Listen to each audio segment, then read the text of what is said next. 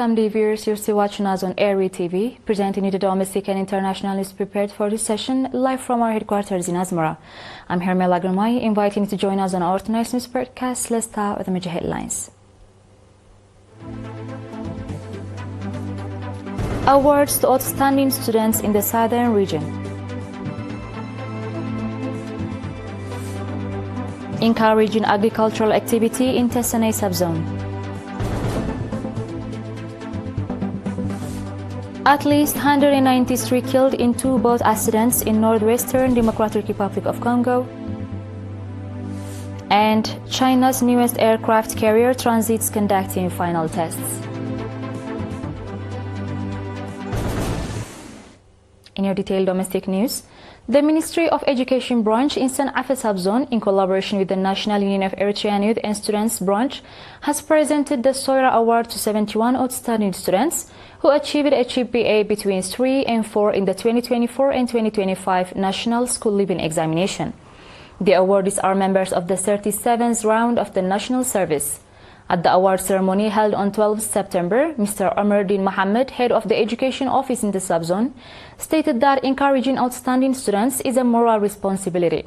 He also called on the awards to avoid negative peer influence and to work harder for even greater success in their college education. Mr. Din indicating that the award plays a significant role in motivating other students to excel in their academic careers, wished the awardees much success in their future studies.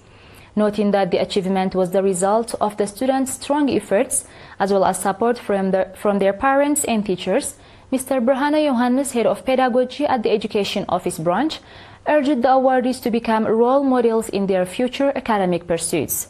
Mr. Idris Ali Shikar, administrator of the subzone, emphasized that the award is part of broader effort to enhance the quality of education and student performance.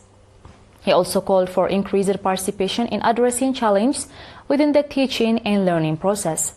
The awardees in turn expressed their appreciation for the encouragement and affirmed their commitment to work hard and remain competitive in their college education. Mrs. Lemlem Zarai, head of the Agricultural Office in the Tessenei subzone, reported that 95% of the planned rain-fed cultivation for the season has been successfully implemented. Mrs. Lemlem noted that the encouraging results were made possible through collaboration between farmers and the support of agricultural machinery provided by the government and individual stakeholders. The machinery was made available to farmers at a fair price. She also urged farmers to conduct regular follow-ups on their farms until the harvest. The farmers, for their part, expressed appreciation for the machinery support they received and called for its continuation. Dear viewers, do stay tuned for our international news right after the short break.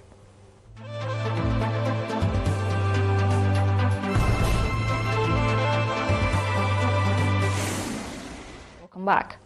Two separate boat accidents this week in northwestern Democratic Republic of Congo have killed at least 193 people and left dozens missing, authorities and state media said.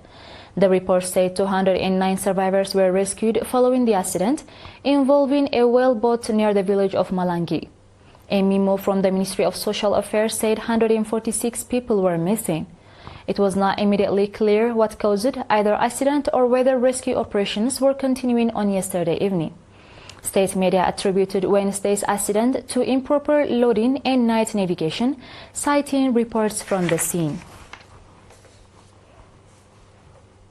China's newest aircraft transited as part of a research and training exercise before its entry into service, according to the People's Liberation Army Navy. Spokesperson Senior Captain said yesterday that the Fujian was bound for the South China Sea, where it will undergo testing. The cross-regional tests and training are a routine mission of the carrier's construction process and do not target any specific objectives, according to Chinese state media. The 80,000-ton Fujian has not been officially commissioned for service, but it will soon join the Liaoning and Shandong vessels as China's third and most advanced aircraft carrier. Ladies and gentlemen, that was all for tonight, and now it's time for a quick recap of the major headlines. Awards to outstanding students in the southern region. Encouraging agricultural activity in Tesane subzone. At least 193 people killed in 2 boat accidents in northern Western Democratic Republic of Congo. And China's newest aircraft carrier transits conducting final tests. Dear viewers, that was all for tonight. Thank you for having us. Have a blessed weekend.